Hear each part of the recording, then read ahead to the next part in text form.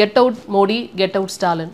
So இது குறித்து first உங்களோட பார்வை நான் தெரிஞ்சுக்கணும். தேவையில்லாத ஒரு இதை வந்து அவர் ஆரம்பிச்சு விட்டார் உதயநிதி அவர்கள். அதனால வந்து இஸ் கெட்டிங் பேக். என் கட்சியை பற்றி அவதூறு சொன்னா திருப்பி அடிப்பேன், அது தர்மம்.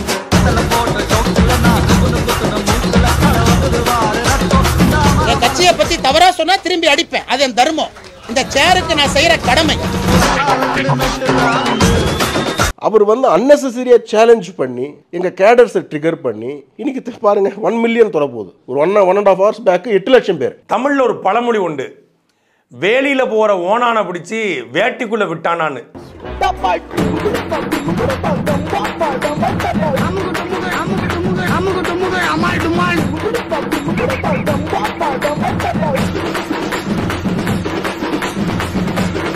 வாயிலிருந்து கெட் அவுட் மோடி நீ சொல்லிப்பார், நீ சொல்லிப்பார், நீ சொல்லிப்பார். இல்ல இல்ல எங்க அப்பா முதலமைச்சர், எங்க தாத்தா 5 முறை முதலமைச்சர், நீ சொல்லி பாடுறா பாக்கலாம், நீ சொல்லிப்பார். நான் சொல்ல நீ சொல்லிப்பார்.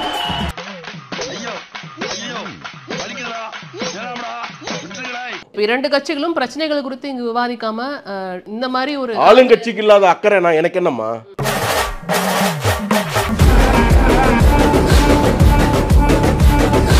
ஆளுங்கட்சிகள் அக்கறையா இருக்கணும். முதல்வர் நீங்க, இன்னைக்கு உங்களுக்கு எவ்வளவு அசிங்கம் உங்களுக்கு அது. இங்க சின்ன பையன் எல்லாம் உங்க முதலாளி கழுத்தா மட்டும் அடிக்கிறான்ப்பா. தார் ரோட்ல சட்டையை பிடிச்சி தரத்தானு எடுத்துட்டு வரானுங்கப்பா. அப்படியா? என்னப்பா அப்படியான்னு கேக்குற?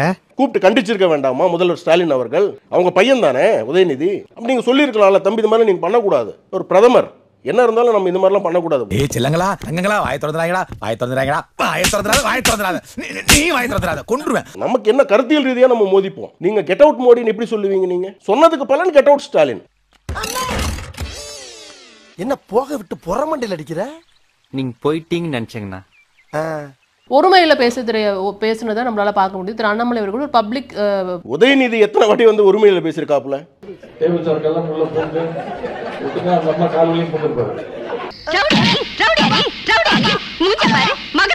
நேத்து பேசும்போது கூட வந்து ஒருமையில பேசுறதை நம்ம பார்க்க முடியுது. திரு அண்ணாமலை அவர்கள் அப்படி பேசுறவர் கிடையாது. இப்ப இப்படி பேசுறாருங்கிறப்ப இனி இப்படிதான் அரசியல் இருக்கும்.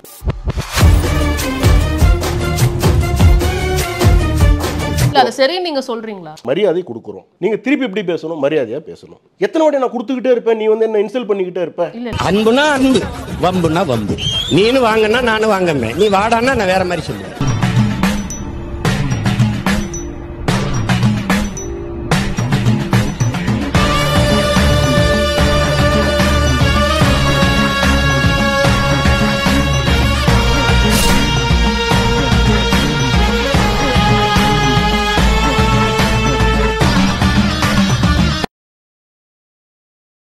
நம்ம சேனலோடைய வளர்ச்சிக்கு நீங்கள் கான்ட்ரிபியூஷன் செய்யணும் அப்படின்னு நினச்சிங்கன்னா கீழே டிஸ்கிரிப்ஷனில் ரேசர் பேருனுடைய லிங்க் இருக்குது. அதில் போயிட்டு உங்களால் முடிஞ்ச அமௌண்ட்டை நீங்கள் கான்ட்ரிபியூஷனாக நம்ம சேனலுக்கு அடிக்கலாம். நன்றி. புது அரசியல் பண்ணுறோம், தமிழகத்துக்கு வந்து ஒரு புது ஒரு ரத்தத்தை பாய்ச்சுறோம் அப்படின்னு பேசுகிற நீங்கள் திருப்பியும் அவங்க செய்கிறாங்க, நீங்களும் செய்கிறதுல வந்து என்ன நியாயம் இருக்குது? அப்போ இப்படி தான் இருக்குமா அரசியல்? ஏன் ஒரு வாட்டி கூட மீடியா ஆட்கள் நீங்கள் போய் கேட்க மாட்டீங்க? உதயநிதி மைக்கிட்ட பேச மாட்டாரே. கேட்கும் பொழுது என்ன சொல்றாரு? அவரை பத்தி நீங்க பேசாதீங்க, அவரை பத்தி நீங்க பேசாதீங்க.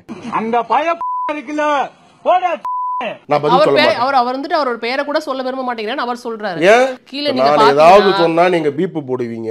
தேவையா இப்ப எனக்கு இது? நான் எதையாவது சொல்லி விட்டுவேன். இப்ப ரொம்ப திட்டவும் முடியல. ஒரு அளவுக்கு மேல வேணா வேற ஏதாவது வார்த்தையை பேசி விட்டுருமோன்னு வேற பயமா இருக்கு.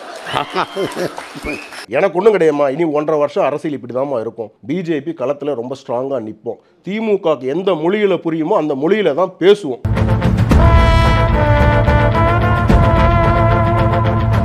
என்னன்னா எங்களை பாதுகாக்கிறதுக்கு அமித்ஷா இருக்கிறாரு, மோடிஜி இருக்கிறாரு. நீ இத்தனை நாள் என்ன விடால் விட்டுட்டு இருந்தேன்னா? ஆமா ஆமா, நீ என்ன விடால் விட்டுட்டு இருந்தானா? நீ 1 வருஷம் தானே, நீ அரெஸ்ட் பண்ணிக்க. நீ பிஜேபி தொண்டரை தொடுன்ற. நம்மளை காப்பாத்திக்கிறது பேரு ரவுடிசம்னா ரவுடிசம் பண்ணுவோம்.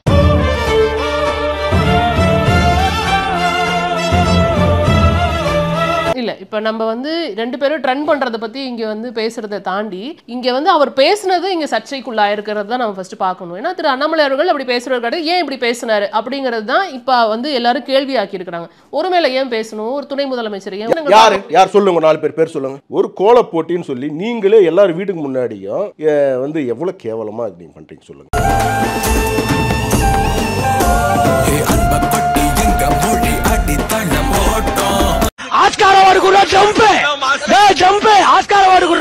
அந்த கோலத்தை தாங்கள் போடவே இல்லை என்றும் திமுகவினரே காலையில் வந்து வாசலில் நீரூற்றி மகளிர் அணி மூலமாக அனைத்து வாசல்களிலும் கோலம் போட்டதாகவும் தெரிவித்துள்ளனர். அதுக்கப்புறம் நான் உங்களுக்கு துணி துவச்சு போடுவேன், காலமிக்கி விடுவேன், சோறாக்கி போடுவேன், எல்லாம் சொல்லி விடுவாங்க. எல்லா புழுக்கவளையும் பாக்குறேங்க. கோலம் போட்டாங்க, அதான் தெரியும். யாரு போட்டா கோலம்? அந்தந்த வீட்டுக்காரங்களே போட்டாங்களா இல்ல யாரா வந்தாங்க? வீரமணி யாருங்கண்ணா? தலைவர். என்ன கட்சிங்கண்ணா அவரு? இது சூரிய கட்சிக்காரர். அந்த பொழப்புக்கு பிச்சை எடுக்கலாங்க. ஒரு கோயிலுக்கு வெளியே உட்காந்து பிச்சை எடுக்கலாம். கோயிலுக்கு வெளியே திருவோம் எடுத்துக்கொண்டு கோயிலுக்கு வெளியே பிச்சை எடுக்கலாம். சரிங்க. ஆனா நம்ம பசங்க எந்த ஸ்கூல்ல படிக்கிறாங்கண்ணா? கொஞ்சம் லிட்டில் ஸ்கூல். அங்க ஹிந்தி இருக்குதுங்களாண்ணா? இருக்கு. போட்ட அத்தனை பேரும் வந்து காசு வாங்கிட்டு போட்டாங்கங்கறீங்களா? போட்டது திமுக காரன். இல்ல அப்ப அந்த தெரு ஃபுல்லா இருக்கறவங்க எல்லாம் நீங்க பார்க்கவே இல்லையா? அந்த தெரு ஃபுல்லா இருக்கறவங்க எல்லாம் டிஎம்கேங்கறீங்களா? இல்லம்மா, அவங்க யாருக்குமே தெரியாது. இவன் வந்து ஒரு 4-5 பேர் வச்சிட்டு போட்டு போயிட்டான் கோலத்தை. நீங்க பார்க்கலையா அத? இல்ல அவங்களே வந்து போட்டாங்க. தண்ணி எல்லாம் ஊத்தி அவங்களே போட்டாங்க. ஓ, யாருங்கண்ணா? அவங்கன்னா யாருங்கண்ணா? டிஎம்கேல இருந்து தலைவரே வந்தாரு. ஒரு சேட்டலைட் சேனல் எக்ஸ்போஸ் பண்ணிட்டாங்க. அது இங்க மாநில தலைவரே ட்வீட் போட்டிருக்காரு, போய் பாருங்க.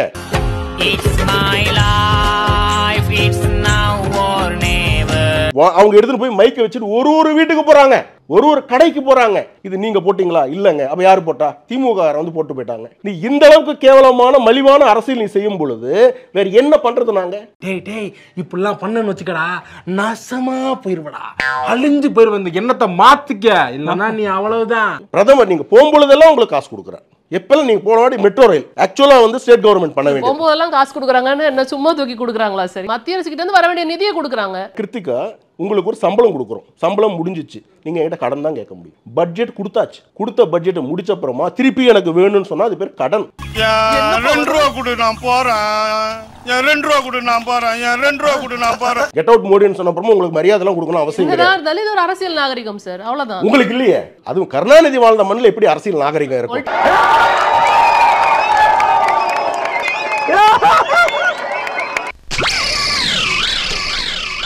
ஃபேக்ட் சொல்ல போனா கிருத்திகா, பெண்கள் யாருமே திமுக ஆதரிக்க கூடாது. நான் அம்மையார் ஜெயலலிதா அவர்களை எந்த அளவுக்கு கொச்சையா பேசியிருக்காங்கிறது நீங்களும் நானும் உட்கார்ந்து பேச முடியாத அளவுக்கு பேசியிருக்க கருணாநிதி அவர்கள். அவர் வாழ்ந்த மண்ணுல திமுகக்கெல்லாம் நாகரிகத்தை பத்தி எல்லாம் நீங்க சொல்லாதீங்க. நீங்க மும்மொழி கொள்கையை ஒத்துக்கிட்டாதான் கொடுப்பேன்னு சொல்றீங்க. சீஃப் செக்ரட்டரி கையெழுத்து போட்டு அனுப்பியிருக்கிறார். சீஃப் செக்ரட்டரி யார்? கிளர்க்கா? கவர்மெண்டோட ஹையஸ்ட் அத்தாரிட்டி சீஃப் செக்ரட்டரி. நாங்க இதை ஏத்துக்கிறோம் sir, we are pleased to inform you that we are ready to sign MOU, please let us know the date ன்னு சொல்லி நீங்க அனுப்பிட்டு திடீர்னு டிராமா. என்னடா வேலை பார்த்திருக்க நீ? என்ன கண்ணட்டாமி கவுண்டிங்க? ஐயோ எப்பட பாவி பயலே. பேசுறவங்க எல்லாம் என்ன பண்ணி வச்சிருக்காங்க பாருங்க. இந்திய சொல்லி கொடுத்துட்டு இருக்காங்க, நாங்க சொல்லி கொடுக்கலையே.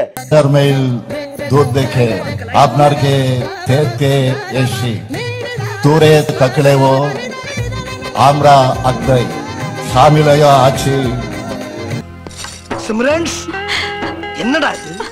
என்னம்மா இது? நாங்க என்ன சொல்றோம்? சிபிஎஸ்இ பாடத்திட்டத்துல பள்ளி எடுத்தோம்னா ஹிந்தி சொல்லி தந்து தானே சார் ஆகணும். சமச்சீர் கல்வியில நடத்திட்டு போக வேண்டியது தானே. அவங்க வந்துட்டு ஒரு அது தொழிலா பண்றாங்க. அதை ஏன் சார் வெக்கமான சூடு சொரணை இருந்தா உனக்கெல்லாம் மானம் சூடு சொரணை ஈனம் எதுவுமே கிடையாதா? சோறு தானே திங்கிற. ஹிந்தியை வந்து படிக்காதீங்கன்னு சொல்லல, ஹிந்தியை திணிக்காதீங்கன்னு தான் சொல்றாங்கிறது உங்களுக்கு நல்லா தெளிவாவே தெரியும். யார் ஹிந்தியை திணிக்கிறா? என்ன சார் இப்ப இவ்வளவுதான் அதானே பேசிட்டு இருக்கோம். யார் திணிக்கிறா? அடி பல்லகளெல்லாம் உடைச்சு போய் படிக்க தெரிஞ்சா படி, தப்பு தப்பா படிச்சு அடி வாங்கி சாகாத சொல்லிவிடுங்க. கிருத்திகாக்கு இப்போ ஒரு ஓபன் சேலஞ்ச். நேஷனல் எஜுகேஷன் பாலிசியில எங்கயாவது நான் ஹிந்தியை திணிப்பேன்னு சொல்லி ஒரு லைன் கிருத்திகா எடுத்துன்னு வந்துட்டீங்கன்னா அதுல இல்ல. இல்லம்மா, நான் பொம்பளை ரொம்ப மதிக்கிறேன், ஆனா இப்போ எனக்கு வேற வழியே இல்லம்மா. பிரச்சனை என்னன்னா மாணவர்களுக்கு நிதி வேணும், மும்மொழி கொள்கை அங்கீகரிக்கலாமா வேண்டாமா அதை பத்தி பேசாம 60,000 கோடி ப்ராஃபிட்டபிள் பிசினஸ் டாஸ்மாக்ல பண்ணிக்கிட்டு you don't have 2,000 crores என்ன டிராமா விளையாடிட்டு இருக்காரா சிஎம் ஸ்டாலின்? என்ன இடிச்சவா நினைச்சிட்டியா இல்ல பைத்தியக்காரன் நினைச்சிட்டியா இல்லன்னா குனிய வச்சு மொத்தமா நான் போலாம் நினைச்சியா? இந்த பாரு, உன்னை நான் விட மாட்டேன். படுக்க வச்சு உன் மூஞ்சில ஈயம் பூசாம விட மாட்டேன். படுக்க வைங்க. அவங்க என்ன சொல்றாங்க? நான் குடுக்குறோம் தானே சொல்றாங்க. ஒத்துக்க. ஏன் ஒத்துக்கணும்னு நான் கேக்குறேன். ஒத்துக்கலனா ஏன் கையில போட்டு அனுப்புன? ஸ்கீம் வேணாங்கறதானே அவங்க சொல்றது. கொடுக்க மாட்டோம் காசை. இது வம்பா இருக்கு. இது நான் உங்க கம்பெனில வேலையே செய்ய மாட்டேன், ஆனா எனக்கு சம்பளம் கொடுன்ற மாதிரி இருக்கு. ஏய், நீங்க எல்லாம் பைத்தியமாடா? நீங்க மெண்டலா? சத்தியம் பண்ணுங்க, சத்தியம் பண்ணு. நீ மெண்டலா? நீனு என்னால நம்பவே முடியல. இவங்க பைத்தியம் தான். நான் எனக்கு சத்தியமா நம்ப முடியல. ஸ்டார்ட் பண்ணு.